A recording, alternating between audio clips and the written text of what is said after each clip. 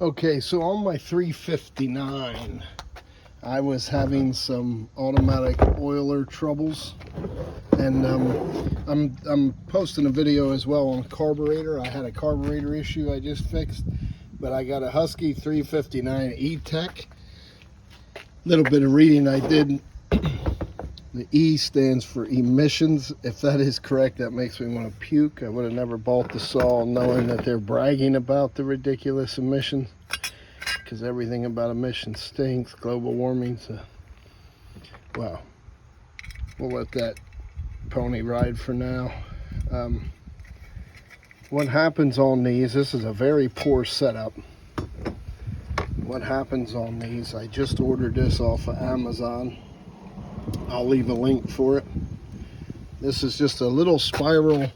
It's a little plastic gear with threads that go into the oiler. There's a little metal gear there that ends up, this goes into the oil in the tank.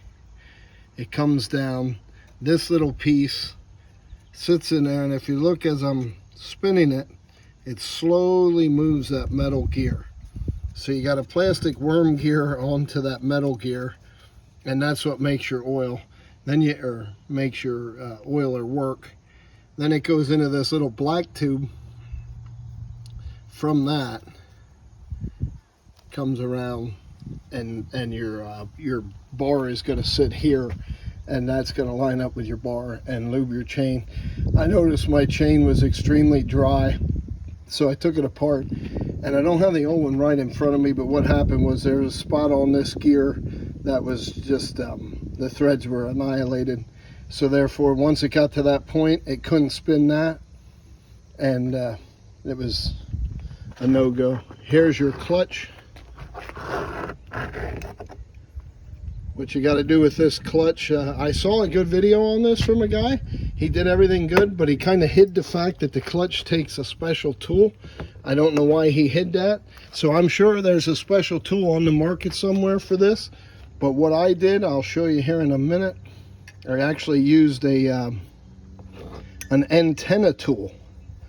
They make an antenna tool kit to remove antennas. And I was looking at this and I realized this is going to be backwards threads.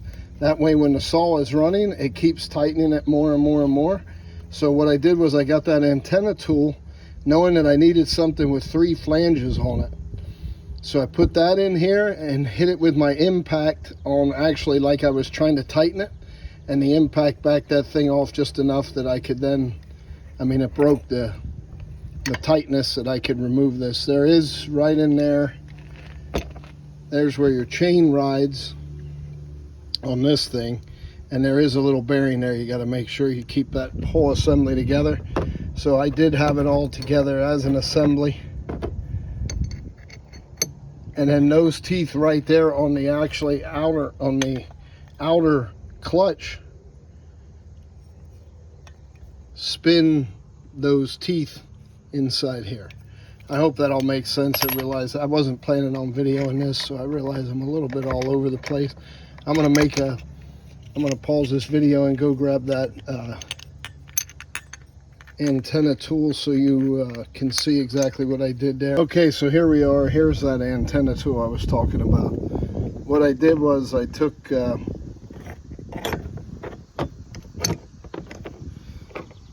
this tool, and I was able to line up those studs and put a socket on here. Take my impact, and sure enough, it broke the clutch loose. Voila, we were all good to go. All right, so that's it. I appreciate you watching. God bless you guys. Good luck with it. And check out, I do have another video on this exact same saw. I just put a carburetor on it.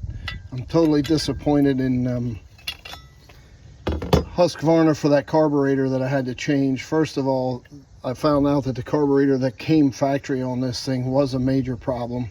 I called the dealer. They told me a new carb kit wasn't available. However, they did tell me they'll sell me a carburetor for 159 bucks. In the meanwhile, I discovered that I believe this carburetor was actually recalled. It was that much of a problem.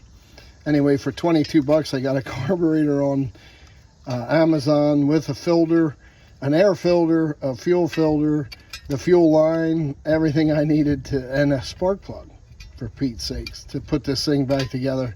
I put that carburetor on it, and I'm telling you, this saw didn't run that good from brand new. And so not only did the $22 carburetor fix me up, then I noticed my chain was bone dry. This thing right here is a problem. Very disappointed in Husqvarna, expecting this little piece of plastic to last more than a day, and it didn't. All right, thanks for watching, YouTubers. Have a great day. God bless you. God bless America. Okay, guys, so I got her back together. Got the chain about where I want it. I'm going to fire it up and see if we're making oil.